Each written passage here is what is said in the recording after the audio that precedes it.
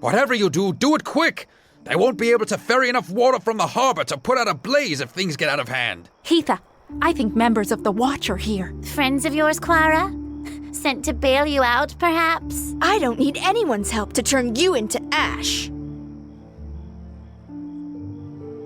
There is nothing to discuss. Quara has threatened us for the last time, and we will stand for it no longer. Yeah, if Quara's so superior to us, then I say let her prove it, without the Academy instructors stepping in to stop things. The instructors? They never stopped me before. You always went running to them, not me. I've heard every word you've said about me. Always talking behind my back, ridiculing me, just because it takes you a shoreman's hour to cast a cantrip. And you think setting fire to a stable while casting yours is any better, Quara? I practice restraint, not showy, excessive displays. Yeah, Heatha is simply cautious in her craft. You're the dangerous one, Quara. If you knew how dangerous I was, then you should have known better than to push me this far.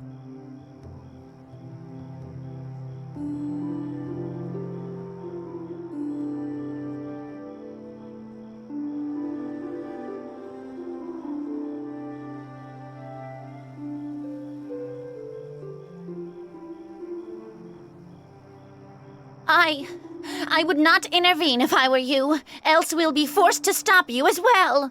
We are wizards, you know. Yes, wizards, from the Academy. But we don't want any trouble with you. Just Quara.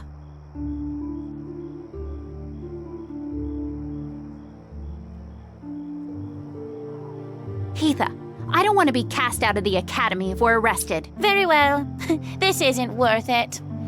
You're fortunate this time, Quara. Next time, you'd better not let us catch you outside the Academy walls. Come, Glenna. I think we've smelled enough of the docks for one day. I didn't need your help. Those wizards had it coming. Those noble-born wannabe mages are just jealous.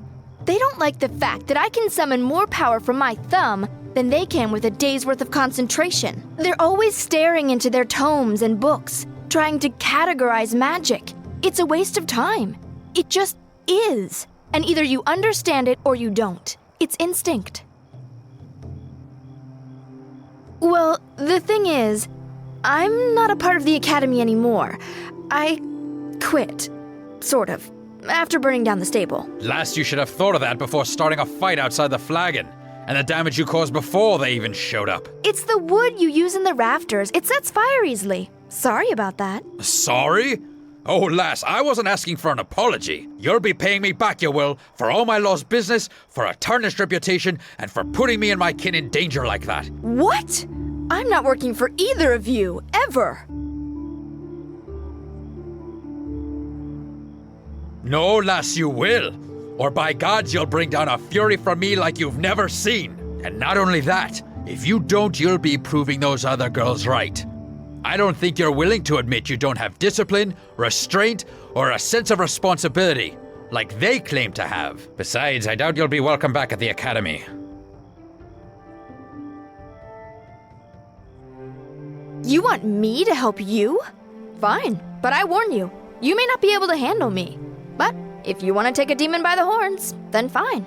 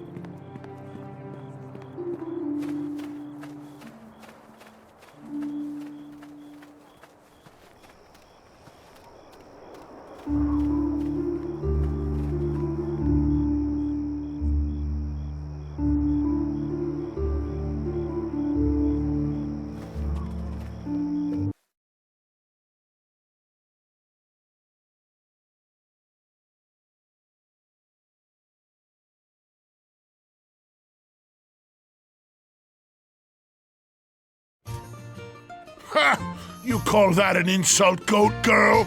Even the tree worshipper could scrape up something better than that. Goat girl? I've never heard that one before, Stumpy. Ha! You're not trying. That's a nickname, not an insult. We Iron Fist call our own children Stumpy, you skinny bull. Ah. Skinny bull? That doesn't even make any sense. Go back to your drinking, Moss Breath. At least you're good at that. Amateurs. Amateurs? Why, the spoiled princess thinks she's better than us, Kelgar. A bold claim from an academy dropout, seems to me. You two wouldn't know an insult if it walked up and bit you. Well then, why don't you show us how it's done, Firehair? Firehair. Imaginative and biting, with just the slightest hint of wit. Is that really the best your demon blood can squeeze out, Tail for Brains? My brains are not in my tail. So, what are they, right next to it? If so, might want to loosen the back of your pants a notch, because even with the hole, they're obviously not getting enough air. Okay, explain that one to me. Well, she said your brains are next to your tail, which would imply that your brains are in your rear end, and that you breathe through your, Okay, I get it, all right? Little witch. Don't take it so hard. I had to explain it, which means the insult's a failure. But a tankard for effort, your highness. By my reckoning, the Flagons never had a finer table cleaning goblin wench. What, since your mother lost her job? Huh? Now don't you be bringing my mother into this. You'd best be careful, you simpering little father's girl, or you'll learn a thing or two about Iron Fist honor and manhood. Oh, you mean the two smallest things in all of Faerun? From what I hear, no woman could learn about Iron Fist manhood from you, Kelgar. What? I'll have you know, plenty of women know about Iron Fist manhood. Plenty. They just all live up around Waterdeep. Or they'd tell you. Kelgar, calm down. Calm down? I won't take those words from some twig of a girl who doesn't know enough to choose the right tavern to fight in. At least I learned my lesson from my tavern brawl, you fat-bellied little knee-high. Now, if you're done matching wits with me and coming up short, why don't you trundle back to your high chair and drink up your honor until it comes out the other end? Maybe later on, I'll come by to put you in your cradle. Huh? Wow, fat-bellied little knee-high. That's good. Shut up, Tail for Brains. Ha! And here I thought mages had nothing to offer the world. Duncan, another round. Get your drink yourself, dwarf. Seeing as how you haven't paid for a single drop your entire stay here. Been wondering when you'd give in and grant me free reign over your kegs. Anyone else want anything? Some dwarves should never be allowed to walk the surface, little freeloaders.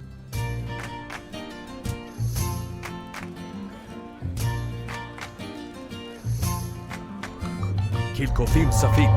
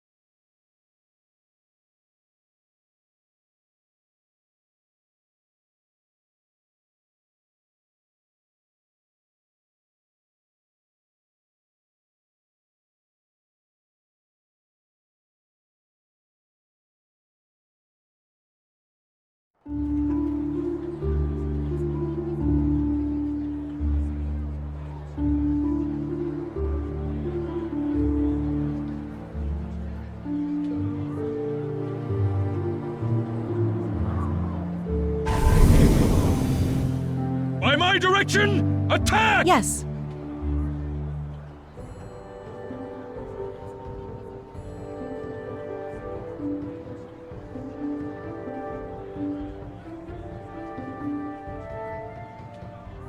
Yes. What is it?